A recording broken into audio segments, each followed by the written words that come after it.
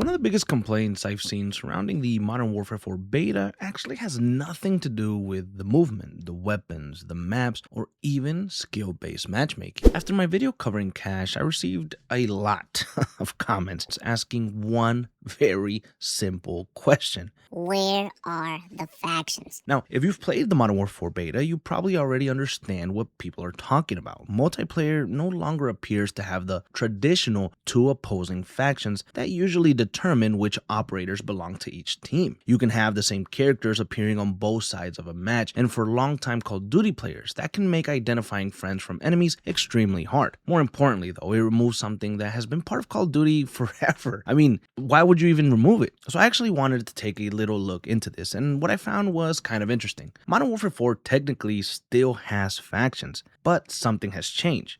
Historically, factions were Call of Duty's way of establishing who was fighting who during a multiplayer match. Whatever military organization you fought as connected to the world of that particular game. Different factions could have their own announcers, uniforms, etc. And that always made these multiplayer matches feel more connected to the larger world of the game and the campaign. In Modern Warfare 2019, for example, the multiplayer was divided between the Coalition and the Allegiance. Coalition contained groups such as the Special Air Service, Warcom, and Demon Dogs, while the Allegiance included Spetsnaz, Jackals, and Chimera. You selected an operator belonging to one side, and when matchmaking placed you into a game, your available character would usually correspond with the faction you were fighting for. Now, Activision's own explanation at the time said players could choose Coalition or Allegiance as their preferred faction, although obviously matchmaking could still place them on either side. Now, Modern Warfare 2 would replace Coalition and the Allegiance with Specgru and Cortac. Now, once again, there are two clearly defined multiplayer sides. By Modern Warfare 3, Activision still described its operators as being divided between Specgru and Cortac, with 12 new operators assigned to each faction at launch. And all of this is important, and we're covering specifically the rebooted Modern Warfare universe because it's in line with Modern Warfare 4. And so, going to Modern Warfare 4, things changed. Again, I want to reiterate, Modern Warfare 4 does actually have factions, and if you go to Infinity Ward's website, you can actually find the word faction when describing the operators in the beta. For example, Coffee and Blackwell are listed as JSOF. Reese is listed as US Special Forces. Park and Cal are ROK.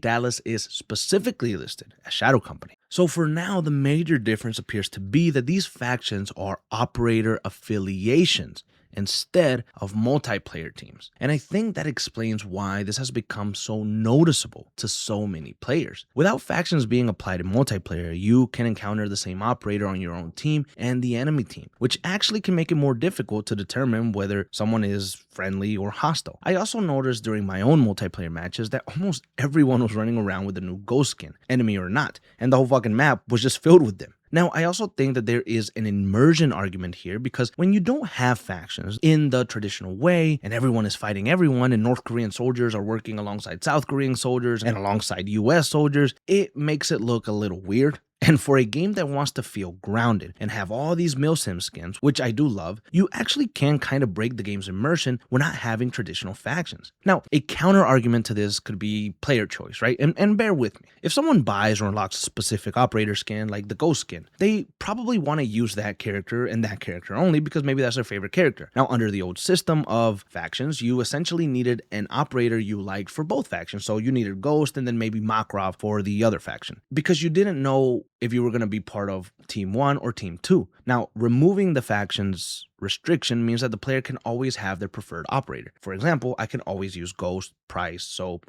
or anyone else. Now, I guess after all this, the obvious question one should ask themselves is, why did Infinity Ward do this? Now, as of the making of this video, I have not been able to find a direct statement from Infinity Ward explaining the removal of the traditional faction system. That was the whole point of this. I wanted to find them talking about it, saying, hey, it's not going to be available for the beta, but we're going to include it come full release. Now, they have repeatedly told players that they are monitoring feedback throughout the beta. So I would assume it would be very difficult for them not to notice the anger towards no factions. So I would be very surprised if Infinity Ward isn't already aware that people want the traditional faction systems back. Maybe by the second beta weekend they fix this, or maybe when the full game launches, traditional factions will return, because if they don't, I can see this being a very big issue for the entire year of Modern Warfare 4. With all that being said, I want to know what you guys think, especially because you're the reason that I started looking into this in the first place, because you guys know that I really don't cover multiplayer stuff as much. I mean, I do here and there, but campaign is where it's at. So do you want Infinity Ward to bring traditional factions back to Modern Warfare 4, or do you prefer being able to use any operator regardless of which team you're on? And before you go, if you want to keep the Modern Warfare 4 conversation going beyond these videos, make sure you join our Discord. We have live discussions going on over there about everything Modern Warfare 4, whether it's,